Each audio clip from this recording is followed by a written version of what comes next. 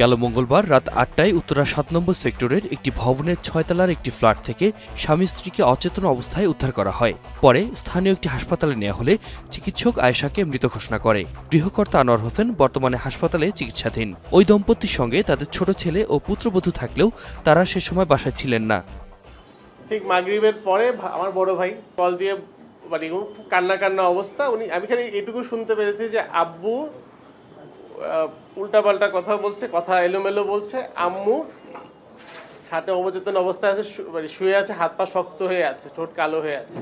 ঘটনার মাত্র ৩ দিন আগে গৃহকর্মী বিলকিস ওই বাসায় কাজ নেয়।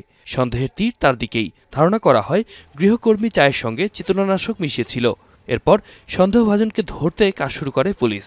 ঘটনা ২ দিন পর গাজীপুর থেকে তাকে আটক করা হয়। এ নিয়ে রোববার সকালে মেট্রো উত্তর কার্যালয়ে সংবাদ সম্মেলন করে পিবিআই।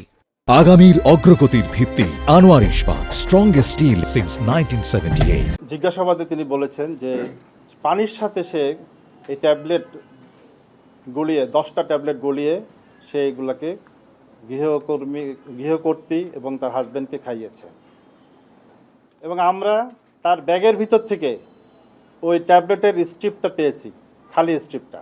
পাশের ভবনে সিসিটিভি ফুটেজ বিশ্লেষণ করে এগোতে থাকে পিবিআই। অভিযুক্ত বিলকিসের বিরুদ্ধে রাজধানীর বিভিন্ন থানায় 5টি মামলা রয়েছে বলেও জানায় তারা। আমরা যখন বিভিন্ন মামলা পর্যালোচনা করে এই সেম ধরনের যে মামলাগুলা ঢাকা সিটিতে, আমরা এই মামলাগুলা পর্যালোচনা করতে গিয়ে অনেকগুলো ছবি আসে। তার ভিতরে সেই ছবিগুলা আমরা বাদীপক্ষকে দেখানোর পরে এক পর্যায়ে কিন্তু